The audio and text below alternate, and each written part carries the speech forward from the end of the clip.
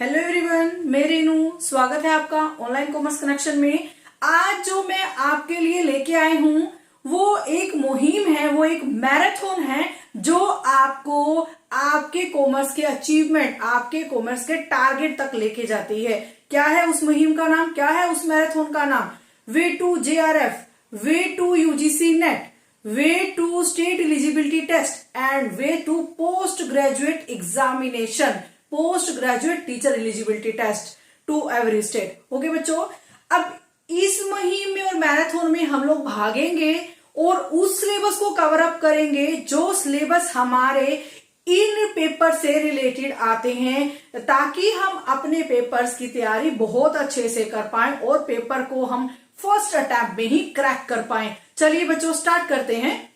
जो आज मेरा UGC net, way to JRF और UGC नेट का जो मैराथन है, उसमें जो मैं फर्स्ट टॉपिक आपकी लेके आई हूं वो है आपका बिजनेस एनवायरनमेंट। बिजनेस एनवायरनमेंट आपके UGC net means way to JRF और UGC नेट में आपकी फर्स्ट यूनिट है paper two code number 08 commerce. चलिए बच्चों, स्टार्ट करते हैं। Business environment. अभी देखो, बिजनेस इन्वायरमेंट से समझ में आ रहा है क्या है बिजनेस इन्वायरमेंट। अरे मैडम, बिजनेस इन्वायरमेंट को पढ़ने से पहले थोड़ा रुक जाइए। क्या करना है, धीरे धीरे से उसको हमें करना है, ताकि कॉन्सेप्ट अभी जो आज तक हमने अपना मास्टर डिग्री तक जो भी एजुकेशन किया है वो हमने अपना थ्योरेटिकल बेस किया है, प्रैक्टिकल बेस किया है। अभी कैसा करना है, कॉन्सेप्ट बेस करना है बच्चों, कॉन्सेप्ट बेस। कॉन्सेप्ट कैसा है? अभी बोलोगे मैम हमने ये पढ़ रखा है, हमें आता है, नो प्रॉब्लम, बट उसको जो आपने पढ़ा है उसको कॉन्सेप्ट में कैसे यूज करें। जब उससे रिलेटेड आपके क्वेश्चन आपके UGC नेट और JRF में आए या फिर आपके TGT में आए, स्टेट एलिजिबिलिटी टेस्ट में आए, तो उसको उस कॉन्सेप्ट से आपको अपना क्वेश्चन कैसे सोल्व करना है वो मैं आपको बताने जा रही हूं। चलिए बेटा, अभी जो हमारा टॉपिक है, टॉपिक को साथ साथ में करिएगा और दिमाग में बिठा लीजिएगा, ताकि आपको ये पेपर्स क्रैक करने में कोई भी प्रॉब्लम ना हो। आप मेरे साथ चलिए, मैं फुल गारंटी लेती हूं कि आपका फर्स्ट अटेम्प्ट में आप जो भी अपना लक्ष्य बनाए हैं, जो भी अपना एम बनाए हैं, उसको आप क्रैक कर लेंगे। चलिए बेटा, स्टार्ट करते हैं। Business environment. बिजनेस क्या है ये वर्ड टू वर्ड हम समझेंगे। मैंने बोला कि कॉन्सेप्चुअल अब आपकी स्टडी है। बिजनेस क्या है? कहते हैं मैडम बिजनेस वो जो हमने किस ऐसी एक्टिविटी जो हमें पैसा कमाने की तरफ लेके जाए। यस बेटा, आइए उसको थोड़ा डिटेल में समझते हैं। बिजनेस क्या है? एक इकोनॉमिक एक्टिविटी। ओके, अभी समझ में आया कि प्रॉफिट कमाने के लिए लगाई गई है। फिर क्या है बिजनेस?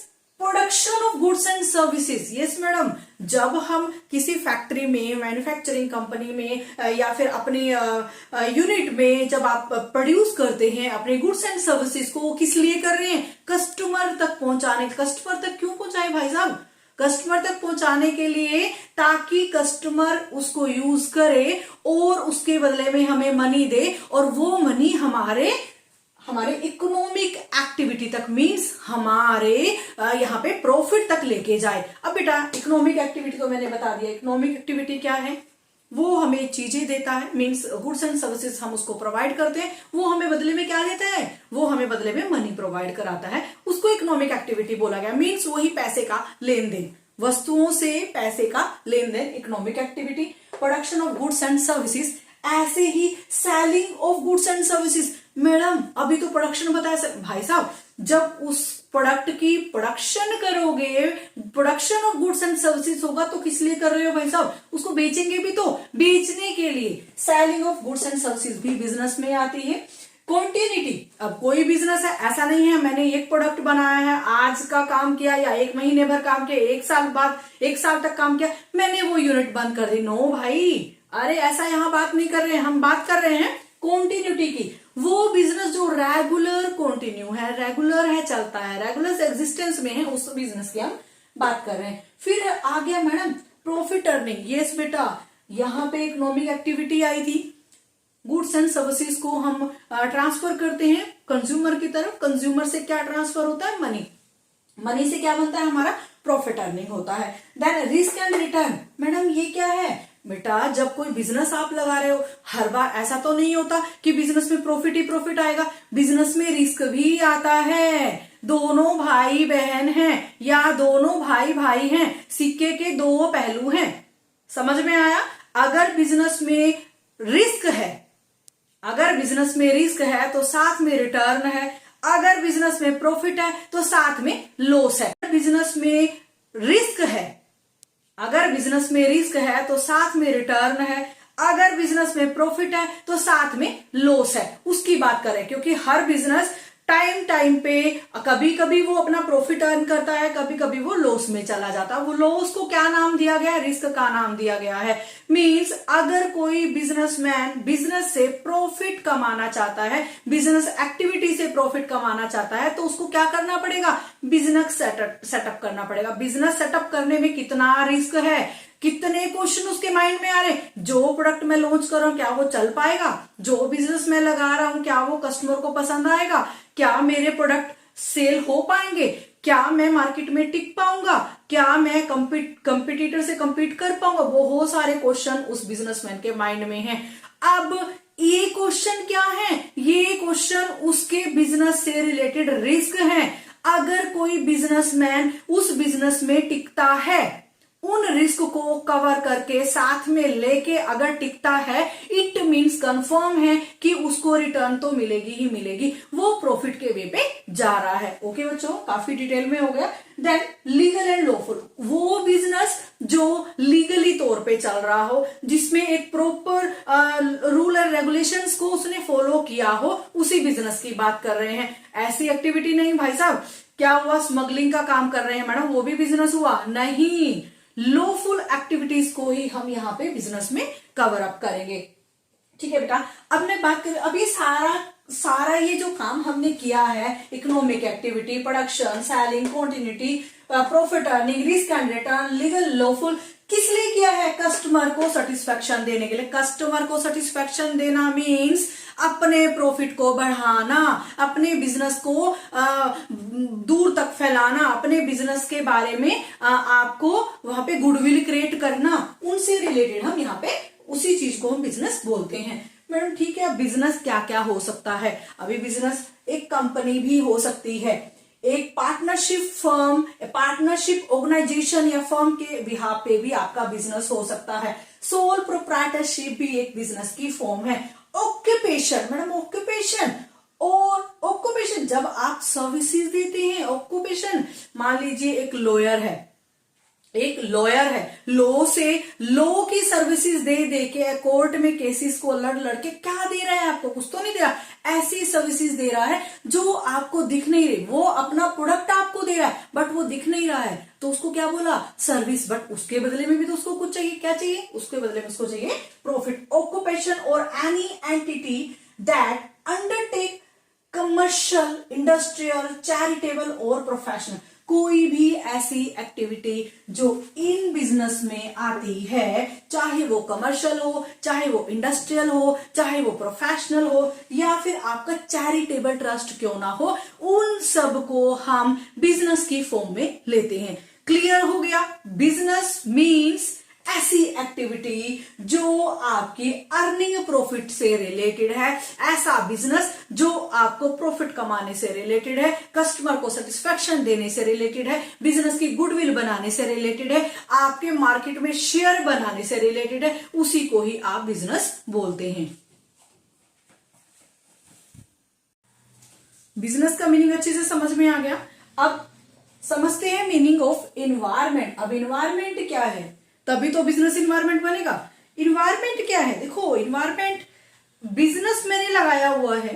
अब बिजनेस को कौन कौन सी चीजें बाहर से आके धक्का मार रही हैं, कौन कौन सी ऐसे फैक्टर्स है जो मेरे बिजनेस को इफेक्ट कर रहे हैं। अब एक आपको एग्जांपल के तौर पे दे दो, कोई बिजनेस चल रहा है, एकदम से ऐसा होता है कि वहां के जो एम्प्लॉइज है, वहां के जो वर्कर्स हैं, हड़ताल करके बैठ जाते हैं, स्ट्राइक पे आ जाते हैं, तो क्या होगा? उससे क्या हुआ? मेरा बिजनेस इफेक्ट हुआ। एकदम से क्या हुआ कि गवर्नमेंट ने कोई नया रूल निकाल दिया, उसने मेरे बिजनेस को इफेक्ट किया। अभी मेरा बिजनेस स्मूथली चल ही रहा था इतनी सारी प्रॉब्लम के साथ, अभी क्या हुआ, जो प्रोडक्ट मैंने निकाला हुआ है मार्केट में, उस प्रोडक्ट का एक नया कॉम्पिटिटर आ गया। अरे भाई साहब, कितने सारे धक्के देने वाले हो। उन्हीं चीजों को ही आप इन्वायरमेंट बोलते हैं, जो हमारे बिजनेस को इफेक्ट करता है। हमारा बिजनेस जब मार्केट में खड़ा होता है, जिस इन्वायरमेंट में है, उस इन्वायरमेंट के फोर्सेस हमारे बिजनेस को इफेक्ट करते हैं। देखो, उन्हीं इफेक्ट से या तो बिजनेस को अपॉर्चुनिटी मिलती है, या फिर बिजनेस के मार्ग में, उसकी राह में कॉन्स्टेंट आ जाते हैं। मीन्स धक्का मुक्की, उसके उसमें प्रॉब्लम आ जाती है, थ्रेट्स आ जाते हैं। या तो अपॉर्चुनिटी मिलेगी, या कॉन्स्टेंट आएंगे, प्रॉब्लम आएंगी, या फिर उसको वहां पे सक्सेस मिल जाएगी। तो ये सब चीजें भी हमारे इन्वायरमेंट में आती हैं। देखो, इन्वायरमेंट क्या है? एक्सटर्नल फोर्स है हमारा environment. External forces outside the business क्या है? वो एक्सटर्नल फोर्सेस जिसके ऊपर हमारे बिजनेस का कंट्रोल नहीं है, हमारी मैनेजमेंट का कंट्रोल नहीं है, हमारा कंट्रोल नहीं है। वो एक्सटर्नल फोर्सेस जो हमारे बिजनेस को बार बार से हिट करते हैं, उन एक्सटर्नल फोर्सेस की हम बात कर रहे हैं। External forces outside the business lead to means जी, अगर वो उस इन्वायरमेंट में काम करता है, अगर वो बिजनेस उस इन्वायरमेंट में टिका हुआ है, अभी बताया क्या होगा? या तो उसको अपॉर्चुनिटीज मिलेंगी, उसको नई नई संभावनाएं मिलेंगी, उसका बिजनेस ग्रो होगा, उसकी सेल बढ़ेगी, उसका प्रॉफिट इंक्रीज होगा, नए कस्टमर जुड़ेंगे, नया प्रोडक्ट लॉन्च होगा, बहुत सारी अपॉर्चुनिटीज उसको मिल सकती हैं। या फिर उसको थ्रेट्स मिलेंगे। क्या होगा? नया कंपटीटर आएगा, सेल कम हो जाएगी, प्रॉफिट कम हो जाएगा, कस्टमर्स कम हो जाएंगे, मार्केट में जो उसका प्रोडक्ट है शायद वो चल भी ना पाए। तो बहुत सारे अपॉर्चुनिटी और थ्रेट आपके बिजनेस को सिर्फ बिजनेस इन्वायरमेंट की वजह से ही मिलते हैं, आपके इन्वायरमेंट की वजह से ही मिलते हैं।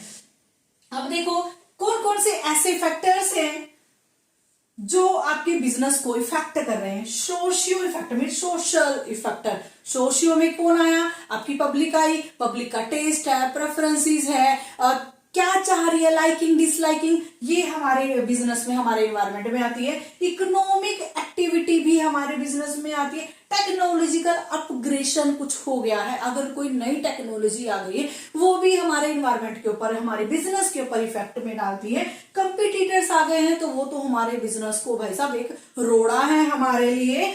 हमें उस रोड़े को या तो उसको ठोकर मार के आगे निकलना है, या फिर उस कंपटीटर को साथ में लेके अपने बिजनेस को ग्रो करना है। और उसके बाद गवर्नमेंट की पॉलिसीज वगैरह, इतने सारे बहुत सारे एक्सटर्नल फैक्टर्स है जो हमारे बिजनेस को इफेक्ट करते हैं। उन्हीं फैक्टर्स को हम यहाँ पे एक्सटर्नल फोर्सेस मींस आपके इन्वायरमेंट की डेफिनेशन दे रहे हैं। अभी ये हो गया। चलिए,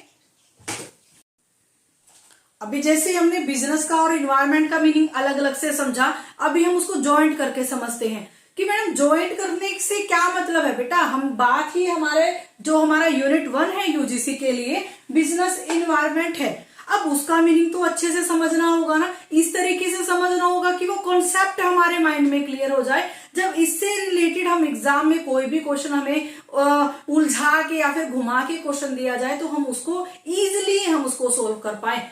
अब ये बिजनेस इन्वायरमेंट है क्या, मीनिंग समझ लेते हैं। ऐसे ऑल इंटरनल और एक्सटर्नल फैक्टर्स। अब इंटरनल और एक्सटर्नल फैक्टर्स कौन से हैं? इंटरनल फैक्टर्स वो जो मेरे बिजनेस के अंदर रह के मेरे बिजनेस को इफेक्ट कर रहे हैं। जैसे मेरे बिजनेस का ओनर हो गया, मेरे बिजनेस के एम्प्लॉइज हो गए, मेरे बिजनेस के वर्कर्स हो गए। अब मेरे जो मेरे मुझे प्रोडक्ट डिलीवर करते हैं, जो मेरे सप्लायर्स हैं, वो हो गए। तो मीन्स ऐसे बहुत सारे इंटरनल फैक्टर्स है जो मेरे बिजनेस को इफेक्ट करते हैं, उनके बारे में। एंड एक्सटर्नल फैक्टर्स जो मेरे बिजनेस के एक्सटर्नल फोर्सेस में आते हैं, जो मेरे बिजनेस के कंट्रोल में नहीं, आउट ऑफ कंट्रोल है, मेरी मैनेजमेंट के कंट्रोल में नहीं है, उन फैक्टर्स को एक्सटर्नल फैक्टर्स बोलते हैं। जैसे आपका सोशल इन्वायरमेंट हो गया, आपका इकोनॉमिक इन्वायरमेंट हो गया, आपका कल्चरल इन्वायरमेंट हो गया, और आपका टेक्नोलॉजिकल इन्वायरमेंट हो गया।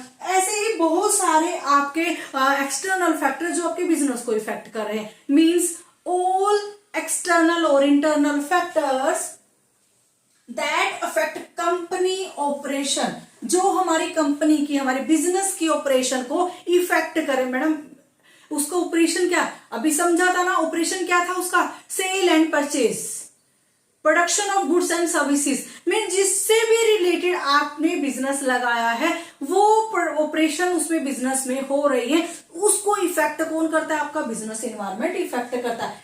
जो बिजनेस इन्वायरमेंट होता है वो डायनामिक होता है। डायनामिक मींस बिजनेस कभी भी रुकने वाला नहीं है, बिजनेस की एक्टिविटी कभी भी रुकने वाली नहीं है। इट मींस बिजनेस नेचर में डायनामिक होता है, जो हमेशा चलता है, साथ में ही इसके एक्सटर्नल और इंटरनल फैक्टर्स चलते हैं। बट फर्क क्या आ जाता है, क्या चेंज हो जाता है, जो आपके फैक्टर्स होते हैं, जो इंटरनल एक्सटर्नल फैक्टर्स होते हैं, उनमें चेंज आ जाता है। तो टाइम टू टाइम कुछ फैक्टर्स उसको ज्यादा इफेक्ट नहीं करते, कुछ फैक्टर्स ज्यादा उसको इफेक्ट करते हैं। मीन्स ऐसे ही ये मिलजुल के आपका फोर्सेस चलता है। अब जो हमारा बिजनेस है, जो हमारा बिजनेस इन्वायरमेंट है, हमारे बिजनेस में क्या रोल प्ले कर रहा है, देखो, it play a key role in shaping the business.